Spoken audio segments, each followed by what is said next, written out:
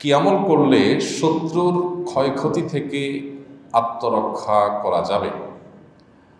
যে আমলের মাধ্যমে শত্রুর ক্ষয়ক্ষতি থেকে বাঁচা যাবে সে আমল হলো নবী করিম সাল্লাল্লাহু আলাইহি ওয়াসাল্লামের শেখানো দুটি আমল। আমি বলতে পারি আরও সাথে কিছু আমল সম্পর্কে বলা যায়, স্পেশালি দুটি দোয়ার কথা বলতে পারি। একটা দোয়া হলো, কোনো ব্যক্তি আপনার ক্ষতি করার চেষ্টা করছে, আপনাকে হয়রানি করার চেষ্টা করছে, শারীরিক মানসিকভাবে নির্যাতন করার চেষ্টা করছে, আছে এরকম দুষ্ট প্রকৃতির মানুষ, এরকম যদি মনে হয় তো আপনি একটি দোয়া সবসময় পড়বেন। নবী করিম সাল্লাল্লাহু আলাইহি ওয়াসাল্লাম কোনো ব্যক্তি তার ক্ষতি করতে পারে এরকম আশঙ্কা বোধ করলে তার ক্ষতি থেকে বাঁচার জন্য এই দোয়া পড়তেন। দোয়াটা হলো, আল্লাহুম্মা ইন্না নাজআলুকা ফি নুহুরিহিম ওয়া নাউযু বিকা মিন শুরুরিহিম।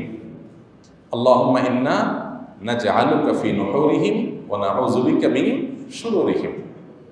অর্থাৎ, হে আল্লাহ, যারা আমার ক্ষতির চেষ্টা করছে, শত্রুতা করার চেষ্টা করছে, তাদেরকে উপযুক্ত শাস্তি দিয়ে দমন করার জন্য, তাদেরকে শেষ করার জন্য আমি আপনার কাছে দায়িত্ব অর্পণ করলাম। আপনি মেহেরবানি করে আমার হয়ে আপনি তাদেরকে উপযুক্ত শাস্তি দিন, তাদের থামিয়ে দিন, তাদেরকে দমন করুন, তাদের শেষ করুন।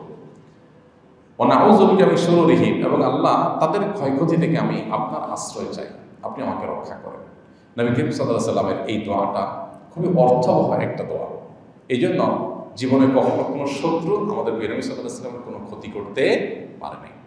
কোনো শত্রুর ক্ষতি দ্বারা যখন আপনি ক্ষতিগ্রস্ত হওয়ার আশঙ্কা করবেন, এই দোয়া পড়বেন, আল্লাহ রক্ষা করবেন ইনশাআল্লাহ। আবার দোয়াটা পড়ছি, আল্লাহুম্মা ইন্না নাজআলুকা ফি নুহুরিহিম ওয়া নাউযু বিকা মিন শুরুরিহিম।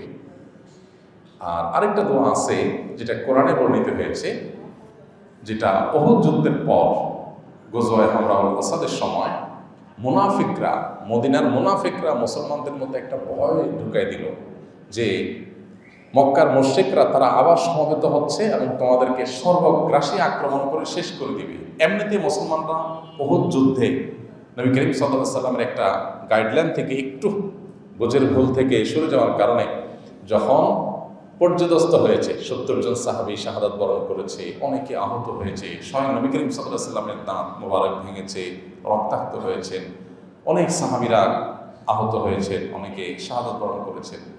এরকম নানাভাবে পর্যদস্ত এবং কঠিন একটা সময় যখন মুনাফিকরা এসে মুসলমানদেরকে আবার ভয় দেখাতে লাগলো যে আসছে আসল বড় আক্রমণ, যাতে মুসলমানরা মানসিকভাবে একদম ভেঙে পড়ে, এই আক্রমণের কথা যখন তারা শুনেছেন, তখন মুসলমানরা বলেছেন, হাসবুনাল্লাহু ওয়া নি'মাল ওয়াকিল।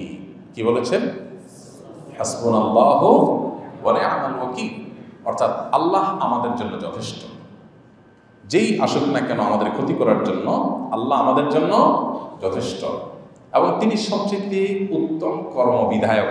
আমাদের পক্ষ থেকে যে কোনো কিছুকে করবার জন্য তিনি সর্বোত্তম প্রতিনিধি বা সর্বোত্তম কর্মবিধায়ক, সবচেয়ে উত্তমভাবে আমাদের কাজটা তিনি করতে পারবেন। তার উপরে আমরা ভরসা করলাম। হাসবুনাল্লাহু ওয়া নি'মাল ওয়াকিল, নি'মাল মাওলা ওয়া নি'মান নাসির। তিনি সবচেয়ে উত্তম অভিভাবক, তিনি সবচেয়ে উত্তম সাহায্যকারী।